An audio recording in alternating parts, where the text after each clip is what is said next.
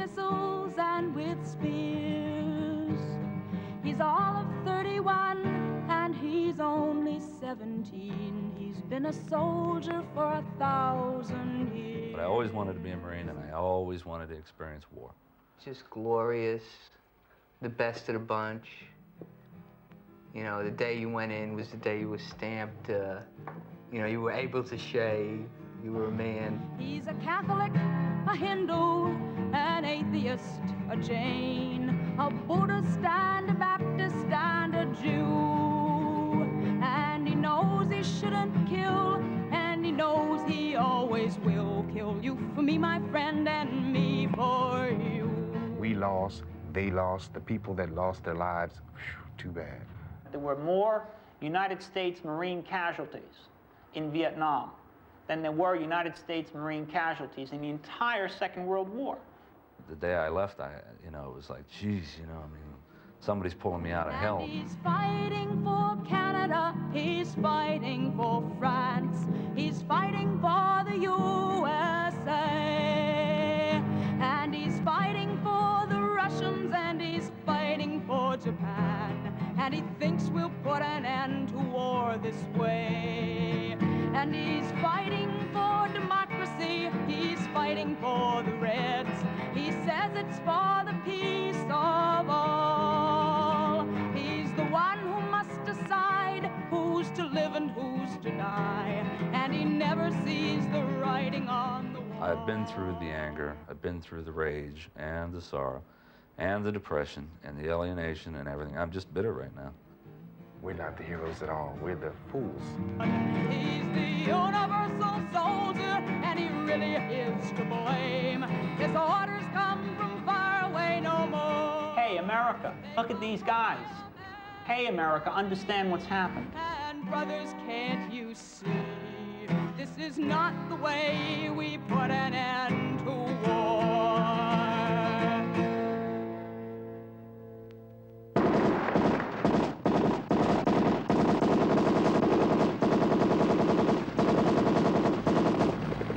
The war isn't over, but it is ending.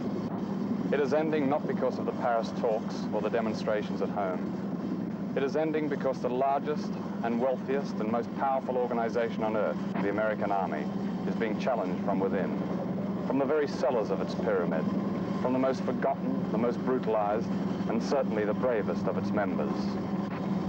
The war is ending because the grunt is taking no more bullshit. I just can't take too much pressure from the Army. What happens to an unpopular officer? A friend of mine, Captain, kind of got shot in the back.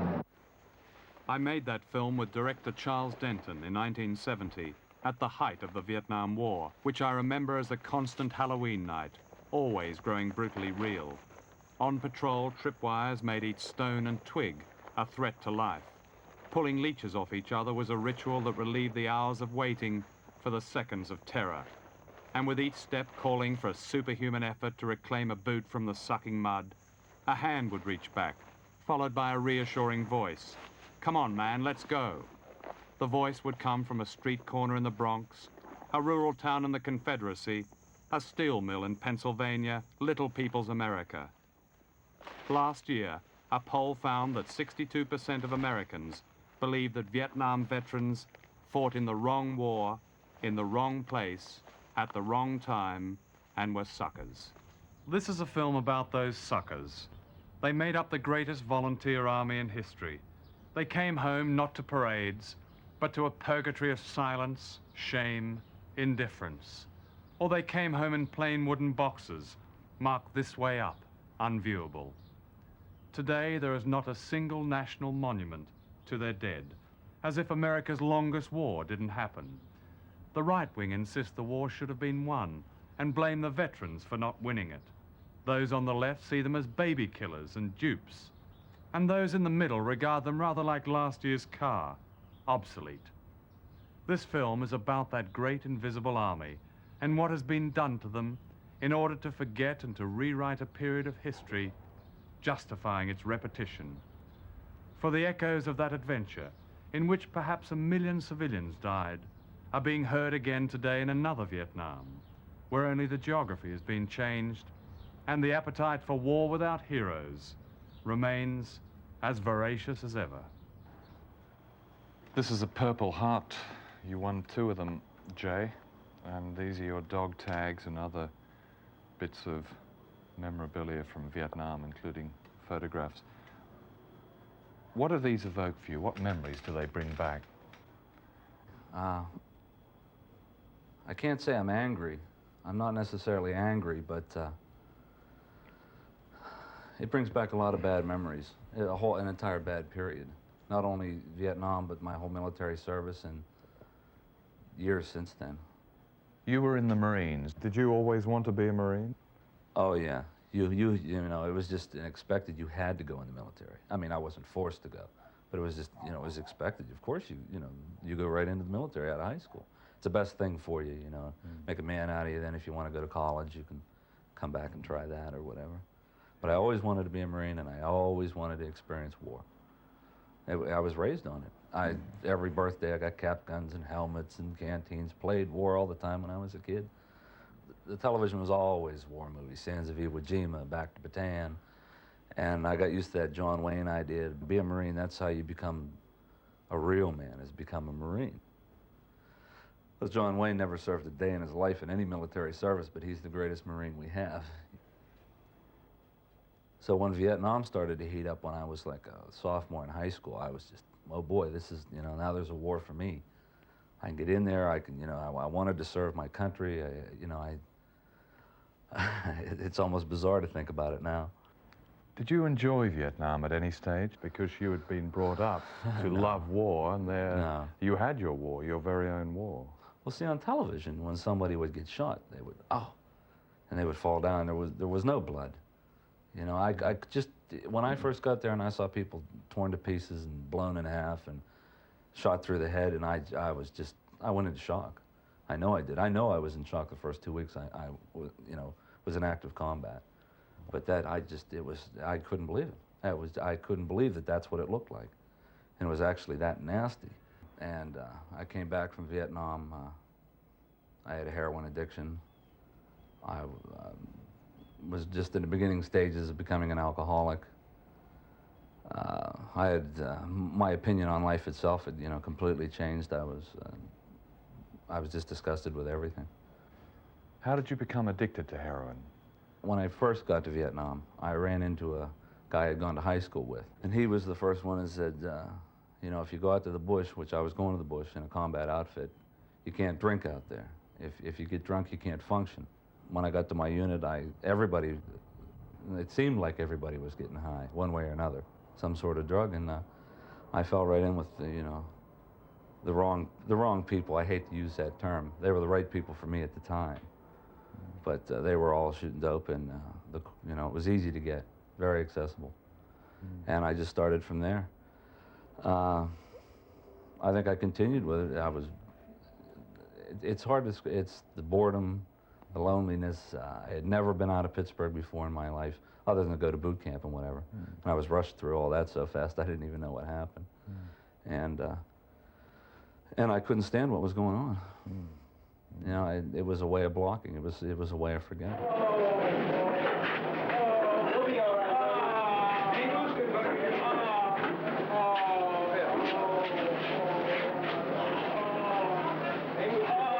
Some of the atrocities that went on in Vietnam, some of them really shouldn't be told.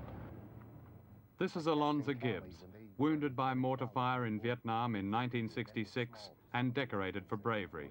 Well, some of the things that really pissed me off is I was in Company B, 2nd Battalion Infantry. And there we had, in our battalion, we had a commander that didn't know how to call in airstrikes. Did not know? He did not know how to call in airstrikes, and he was too proud and too pompous to let his forward observer do it. And he called in airstrikes, and a third of his company was either wounded or killed. In order to cover up that fuck-up that he did, they gave him a Congressional Medal of Honor, which really just completely pissed me off, and I had friends to die in that, friends to be wounded in that. And some of them are right here in Philadelphia, crazy as bedbugs. The treatment that some of the people did to the actual people that we were fighting, I couldn't go along with. I saw people interrogated, and because they wouldn't answer, they were thrown out of helicopters. Did you see that? I've seen that. These prisoners that were captured one time, they've got a substance called detonating cord, det cord. Okay, and I've seen them wrap the det cord around 3 guys, and because they wouldn't answer the questions, they ignited it and blew their heads off. We had a battalion commander named Colonel, I believe he's General now. I believe he's a sissy. But anyway, he issued all of us hatchets and offered a case of whiskey for the first person to chop someone's head off. Okay, and this happened. Someone actually did get their head chopped off, and this happened in Bencat. And this was the latter part of 1965. And the dude that did it, his name was from 2nd Platoon, B Company 2nd Platoon. And he went in there and he's so hyped up and actually chopped off a Vietnamese's head. You would see some of the guys walking around with ears, you know, as a symbol of the kills that they had did. And this isn't, we're supposed to be the American fighting people. We don't do this kind of thing. Vietnam was a teenagers' war. The average age of an American soldier was 19. They were bred mostly on a lethal innocence, which needs simple Hollywood heroes and simple Hollywood bad guys. A faith that says their nation is more virtuous than any other nation. I remember the mother of one veteran saying that she thought her son had gone to fight somewhere near Cuba, where there were communists real close and threatening. When her son finally came home in a box, she hung the flag upside down, and people said she was a crank. And when the surviving veterans came home and began to tell the secrets of Vietnam, that it was really a war of rampant technology against people, that collateral damage was a military term for the slaughter of civilians, people didn't want to listen because it broke the faith. And for this, the veterans have paid a price. 60% of all combat soldiers are alcoholics. 40% are drug addicts. 60% of all black veterans can't find a job. Thousands are in prison, and their divorce rate and their suicide rate is the highest in America. The report which gives these facts was suppressed by the government because what it says breaks the faith. The politicians never said the war was right or wrong. The politicians never had the guts to come out and either declare war or get the hell out. They were hoping that the war would go away in time, and they're treating the veterans, the social war of the Vietnam veterans. That stigma of the war has now eroded onto the veterans. The responsibility of explaining the war has fallen onto the veterans' shoulders. Those politicians are now retired with big paychecks. Now, who's asking them anything? What guilt's on their shoulder? What responsibility? The problem of the war, the stigma of the war, now falls to the veterans. America's uncomfortable with the Vietnam War, but you got to heal from that war, just like a wound. You got to scrub it, you got to debride it, you got to examine it, and you'll cleanse from it. What they've done with the Vietnam War, and because of that, it's fallen on the Vietnam veteran, is taking the wound and putting it in the closet. What's happened is it's festered. It's festered, and it's hurt the Vietnam veteran. Do you realize we've had 55,000 suicides, as many people as we lost in Vietnam? That's an atrocity. 55,000 suicides of 55,000 of Vietnam are veterans, yes. Now, my God, how many people have to commit suicide, kill themselves? You know, it's myself, my own brother, he spent 1 year in combat, 3 years with a chemical warfare unit in Vietnam, 4 years total. I was the casualty of the war directly. I came home in a stretcher. I got shot in the back, both legs, stabbed in the left arm. I was paralyzed in my right hand with a piece of shrapnel. I was wounded in the neck, the head. 40% of my body was burnt with napalm. I was hurt. I was crushed. Could I explain the war when I come home? No. I remember the New York Times calling me, talking to me, and they said, Captain Christian, what was my philosophy on the war? I'd only graduated from high school. I didn't know what my philosophy was supposed to be. I told him that I feel as though we should either fight a war to win or get the hell out. Yeah. With that, I was restricted to my ward, just restricted to my room as a hospital patient. And here they'd bring me out one day to give me a medal, and the next day they'd keep me under restrictions. It was sad. So that was how a captain faced the war. How do you think many of the enlisted guys faced it? You look at it, you look at the thing, you think, geez, was there a method for them coming back one at a time? Not like in World War I, where everyone came back in mass and they formed their veterans organizations. Was there any real madness to the politicians in bringing them back and letting them infiltrate back into society, one day in a war, one day back here? How simple it all seemed when General Pershing's doughboys marched home from Europe in 1919.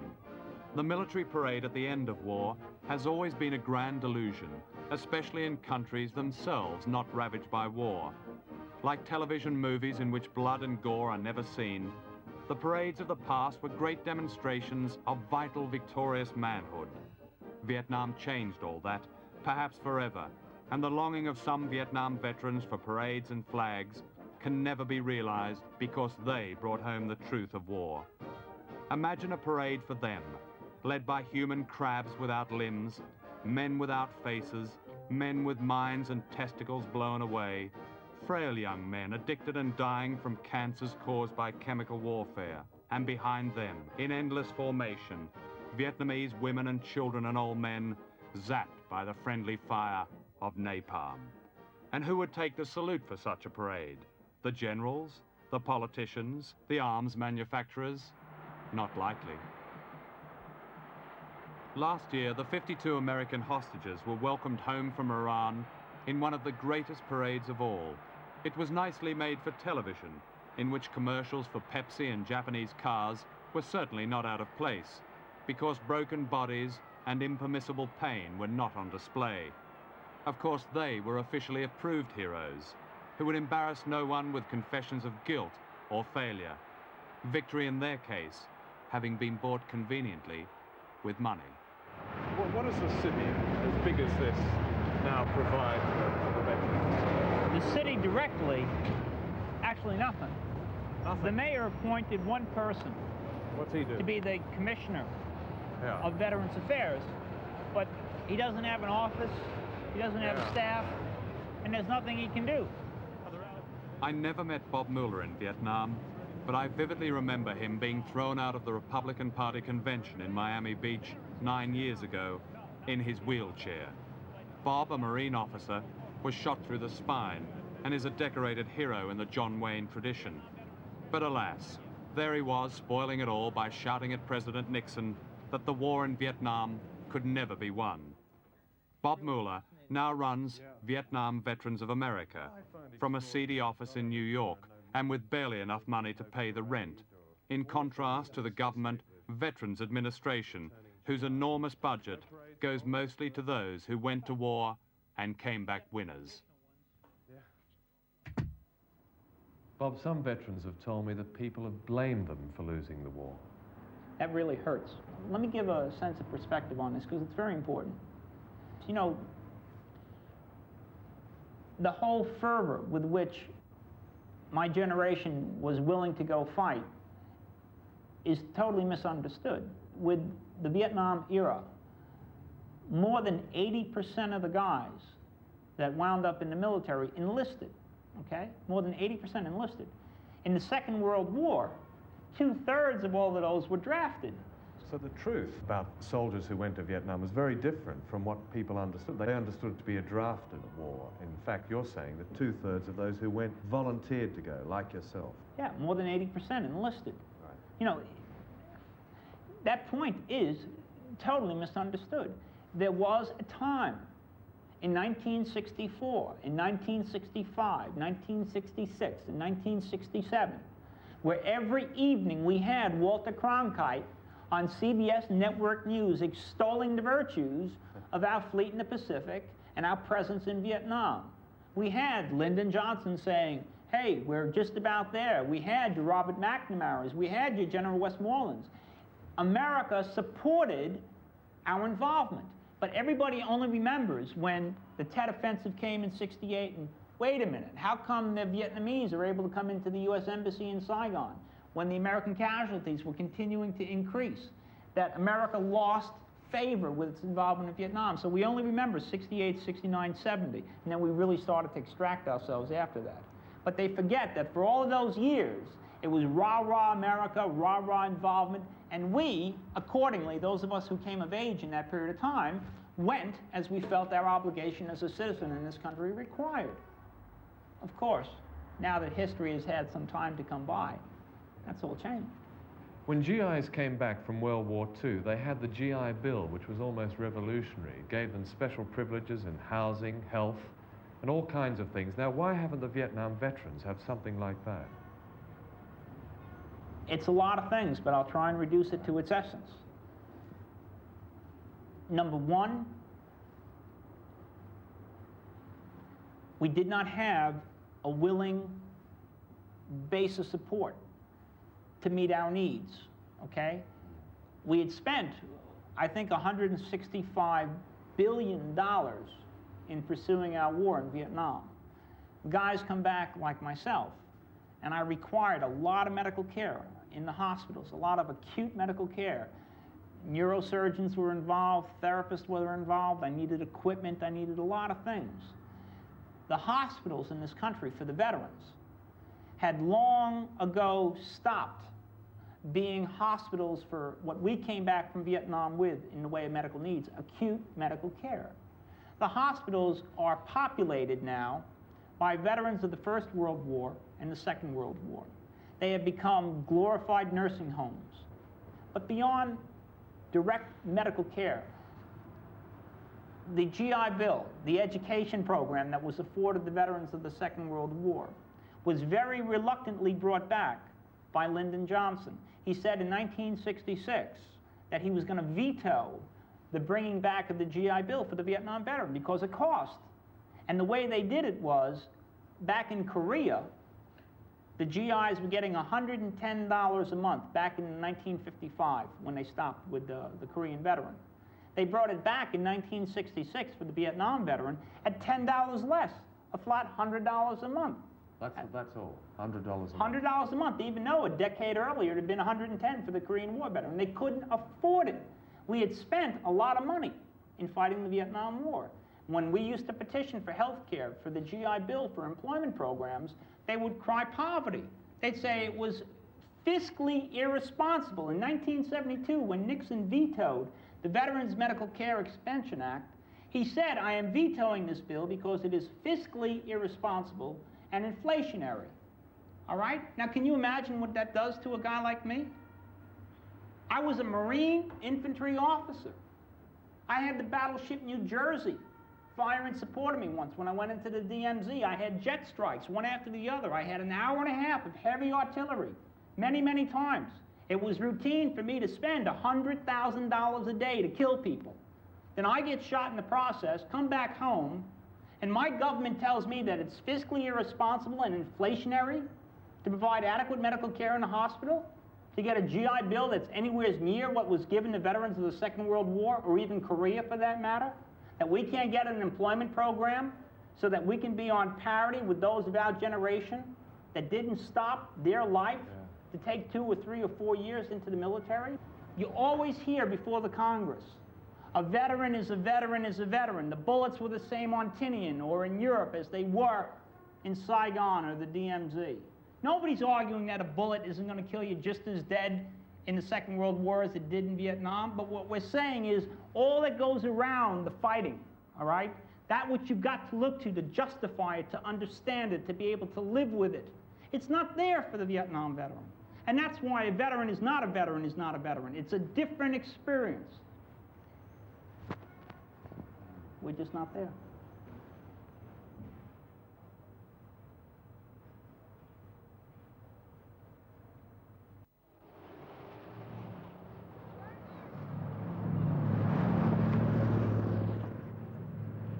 When I got out of the service, I was 20.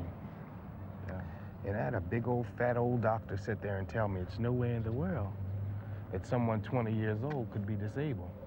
But how does he work that logic out if you just spent 2 years in Vietnam?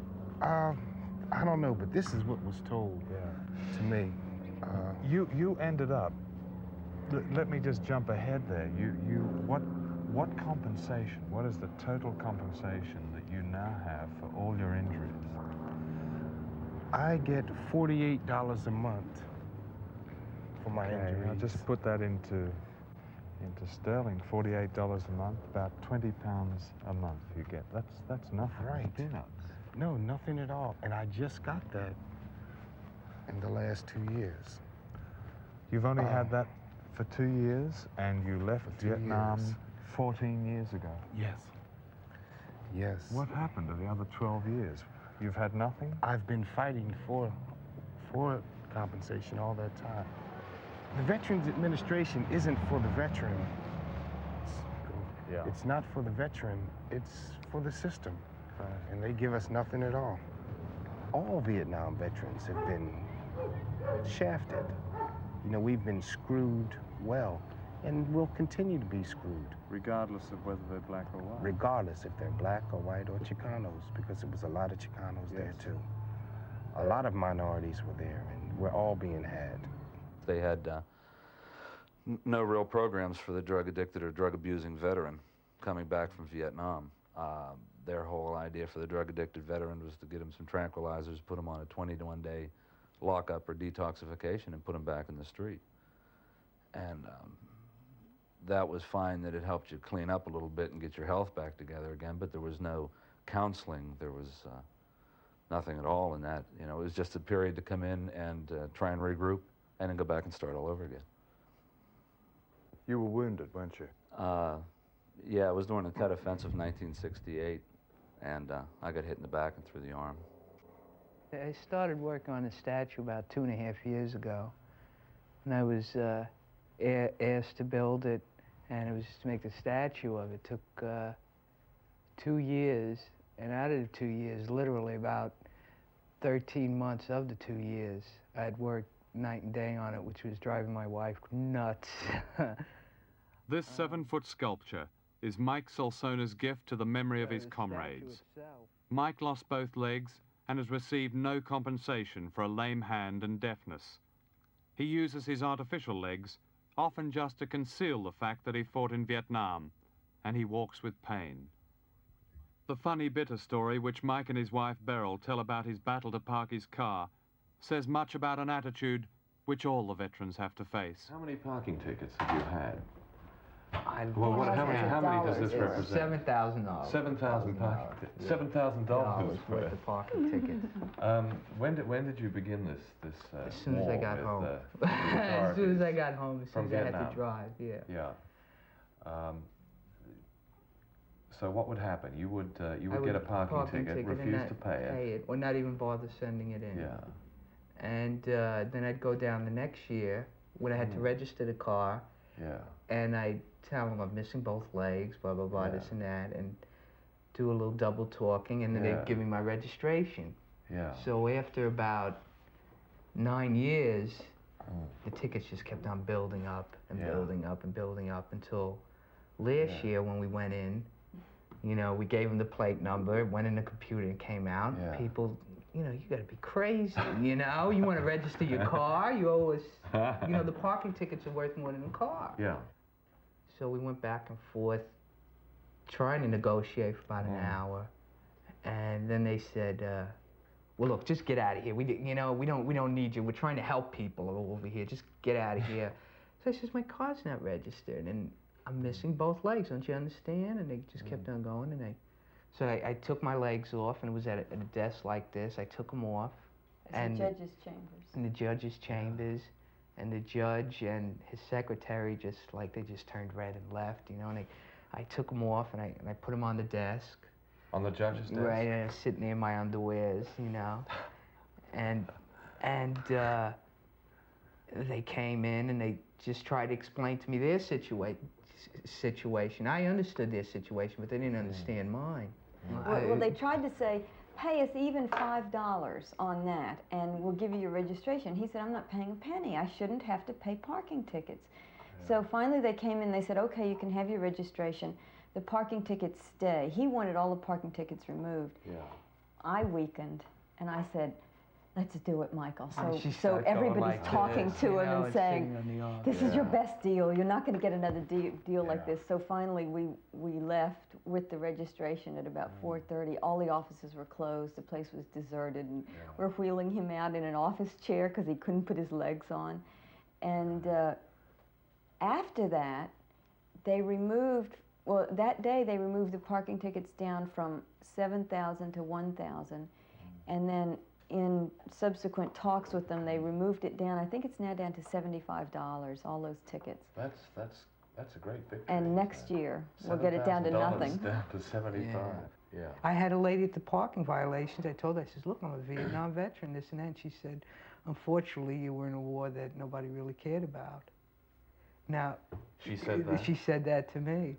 Not that it didn't really bother me, but so that but keep it to yourself, lady. Yeah. I was hitchhiking back from Philly Naval Hospital, and I had a cane and my uniform on, and I had my braces on. I had some brace on my arm and all. And a van went past me, and then they stopped about 20 feet past me to pick me up, and I ran up to the van, and just as I got up to the front of the van, they threw all over my uniform. They had Coca-Cola and ketchup and whatever. They threw it all over me and pulled away. I think I have a silent sense of rage, the need to scream at everyone and tell them, wake up. They're home, they're here, they love, they cry, they feel. They're in pain, and why doesn't anyone care? The first time that I went outside of a hospital, and it was a business day in the middle of the week, and I'll never forget how stunned I was. And I felt like just shouting, wait a minute. It's business as usual. Everybody's going about their jobs. Don't you understand there's a war going on? 1, 2. This is Bob Mueller at the Republican Party convention in Miami Beach, 1972. We don't want your fucking war. 1, 2, 3, 4. We don't want your fucking war. 1, 2, 3, 4. We don't want your fucking war. 1, 2, 3, 4. We don't want your fucking war. We feel that it's our patriotic duty to stop this war as Vietnam veterans we served over there. So we're going to read this statement to President Richard M. Nixon. We have fought in your war and lost. We have been maimed and crippled for the rest of our lives. We have lost many of our brothers in this war. We have killed men, women, and children. Every day we ask why. We cannot live with this. Now is the time for all good presidents to come to the aid of his men. 4 years ago, you ran on a peace platform. 4 years have passed, and this corrupt and immoral war still goes on. You have lied to your country. We now strip ourselves of those medals for courage and heroism, those decorations for wounds we suffered. We cast these away as symbols of dishonor, shame, and inhumanity, and dedicate ourselves now to the peace and brotherhood this nation once held as its heritage. There was much shallowness and rhetoric then, but the view of authority, the so-called consensus, against which all other opinions are measured as biased or politically tainted, was challenged as never before, both by those who fought and those who did not. For many people in America and Britain, that was the true meaning of the Vietnam years. An alternative to corrupt power and war was seen as practical as it was idealistic. People who went to prison for a principle were no longer eccentrics, but genuine moral heroes. So too were those soldiers I knew who deserted not out of fear but in disgust, who refused orders and fired intentionally over the heads of an enemy they respected more than their own. But where is that moral outrage now? Oh yes, Bob Mueller in his wheelchair was briefly fashionable. Indeed, he was invited to meet Henry Kissinger and the big names in oil and banking and war. David Packard, one of the richest men in armaments, told him, Bob, we're going to help you, veterans. It's almost a year to the day since I had that meeting. I've written him no less than 5 times. I've called his office no less than 10 times. And I have never gotten even the courtesy of a reply or a return phone call. Total, absolute silence. And he promised to help. He promised to help. But for a guy like that, who was Undersecretary of Defense in the Vietnam War, who was one of the 10 richest individuals in the country, who made his money on defense contracts, and who today is still in the papers all the time talking about the need for a stronger national defense in this country, to absolutely reject any accountability, responsibility, or anything for that generation of soldiers that he was a principal part in sending off to war is, to me, beyond belief. President Carter, when he first came into office, February 1977, he promised in his first fireside chat. The top priority in our job training programs will go to young veterans of the Vietnam War. Unemployment is much higher among veterans than among others of the same age who did not serve in the military. And what's happened? They've been dismal failures. Do you say you're a veteran when you go for a job? I did it one time. Now I try to delete that part of my life because I think that it works against me to say that I was a veteran in Vietnam. The first time Bob Mueller was invited to the White House, President Carter did not appear. His media manager later described it as a no-vote situation. Last year, they had National Vietnam Veterans Week, and I think it was about 400 who were invited to the White House. And one young man, I think, summed it up, and he said, "We're just getting lemonade and sandwiches. The POWs got a big dinner." What did the president say to you? We love you. That's what he said.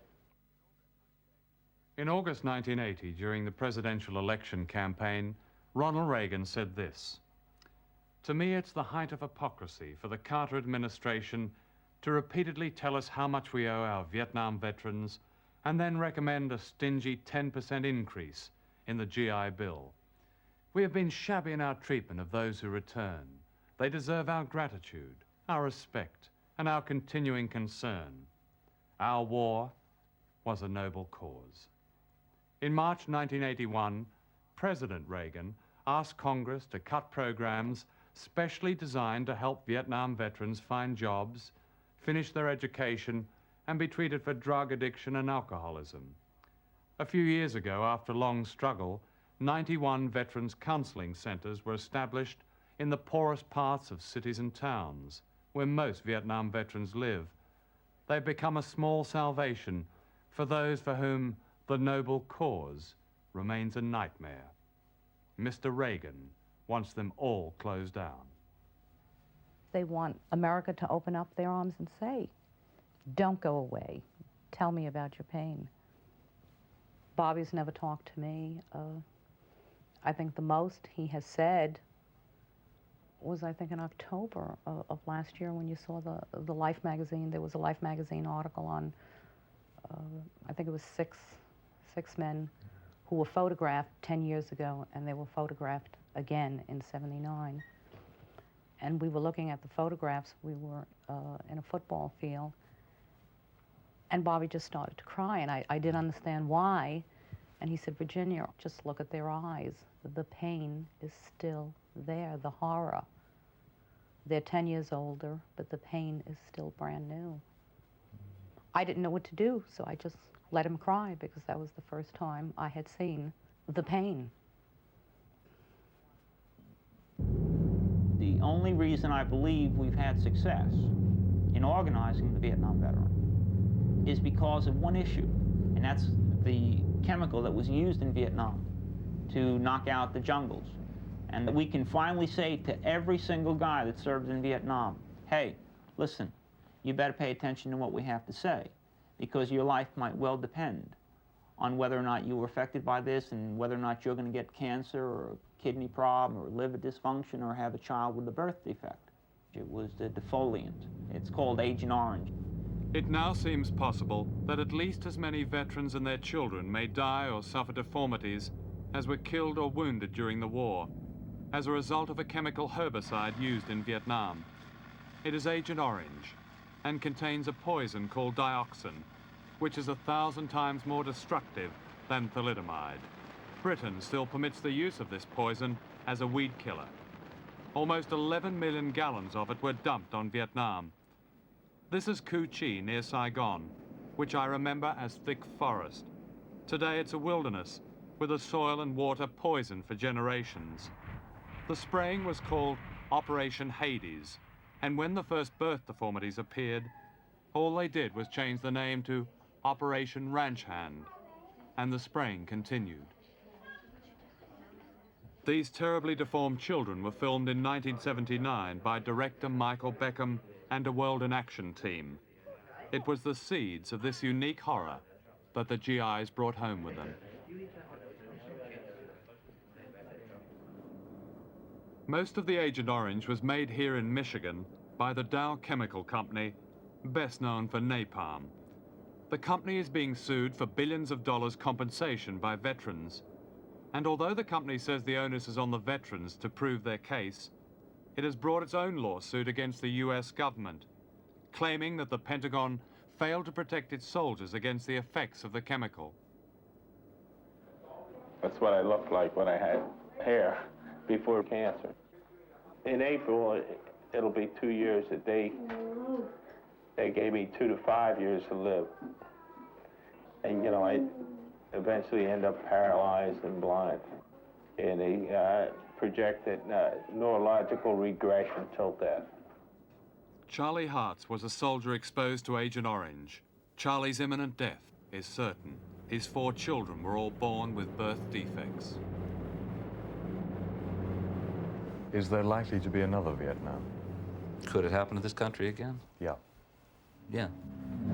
You ask Americans today, what defines our foreign policy? When is it that we're going to draw the line? And you're going to get a different response from everybody you talk to. If we don't know where we're going, is it any wonder that our allies, as well as our potential adversaries, are confused and with their confusion nervous? This book is a collection of New York Times front pages which trace the American involvement in Vietnam. And reading it now is an eerie experience. The same headlines are appearing today, the same jargon such as escalation and light at the end of the tunnel, the same delusions. Delete Vietnam and write in El Salvador, and the stories seem almost identical. Like the politicians then, Kennedy, Johnson, and Nixon, the politicians now, Haig and Reagan, see the world in the same arrogant, simplistic terms, speaking of dominoes as if nations are mere blocks of wood, not societies riven with their own differences and animosities. Today, as before, honest men pay with their careers. The American ambassador to El Salvador, Robert White, has said that the war in that country is caused by social injustice, and the real terrorists are the regime backed by Mr. Reagan and Mr. Haig, and supported, of course, by the British government. The security forces in El Salvador have been responsible for the deaths of thousands and thousands of young people, and they've executed them just on the mere suspicion that they are leftists or sympathize with leftists. Are we really going to send military advisors in there to be part of that type of machinery? For speaking that truth, the ambassador was sacked. Here is an announcement of US advisors going to Vietnam and of US troops going to protect them. The advisors have already arrived in El Salvador. As in Vietnam, the people who are dying in the streets and jungles of El Salvador are nameless stick figures on the television news or between the commercials in a rerun Hollywood movie. The American veterans of Vietnam have much in common with them, for they too have been declared expendable. Here in El Salvador, that fabled line is being drawn again to keep out forces which mysteriously threaten the most powerful nation on earth. Or from the point of view of the people of Central America, there is a feeling that change at last is possible after years of looted economies and American-backed tyrannies. For the US advisors, this might as well be dear old Saigon. As it was in Vietnam at the beginning, the advisors are to shoot back only to protect themselves. But then it's likely that US troops will go in to protect them and to prop up a hated government as it was in Vietnam. Mr. Reagan and Mr. Haig say Moscow is fueling international terrorism, but a report by even the CIA says that is nonsense. The Russians, after all, have their very own Vietnam in Afghanistan, where napalm and gunships and other horrors developed in Vietnam are being studiously copied. And that's yet another brutal irony. For America, the real aim in its latest Vietnam is to stand firm, hang tough in a country where the option is soft, as Mr. Haig would say, and the fodder is plentiful.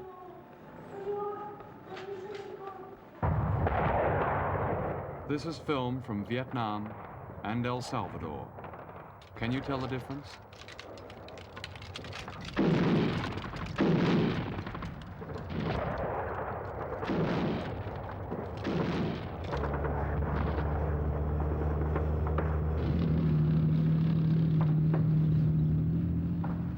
Now that you're talking about going to war again, now that you've got a draft registration brought back, now that you're talking about drawing the line in terms of when does America go to war, for what reasons does it go to war, who carries the burden of going to war, you've got to talk about us because we're the last ones that responded. Missing from this film are the other witnesses to the Vietnam period, the Vietnamese. We hear very little about them these days, and the American veterans speak little about them, perhaps because what was done over there was so terrible that only the victims can afford to speak about it. Such has been the politics of vengeance, that the people of Vietnam are now almost completely isolated, with only the waiting arms of the Russians to turn to, whom they rightly distrust as much as they distrusted the Americans, the French, the Japanese, and the Chinese who came to their country selling noble causes. So here is the news from Vietnam.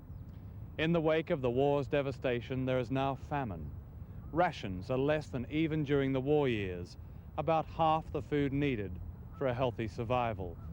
There is no milk anymore for children over the age of 1, and unexploded mines and bombs kill children every day. Like its refusal to help its own victims of the war, the American government has denied all help to the people of Vietnam, and so too has the British government. On the other hand, both governments are building the greatest military machine ever, in preparation for a war that may well end all wars.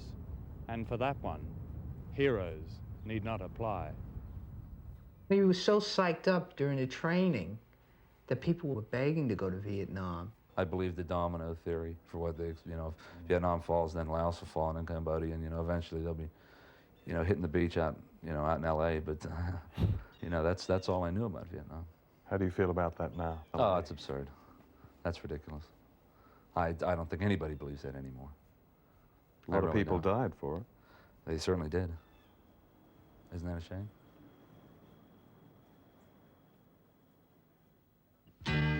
A soldier came down from Dien Bien Phu with silence in his eye.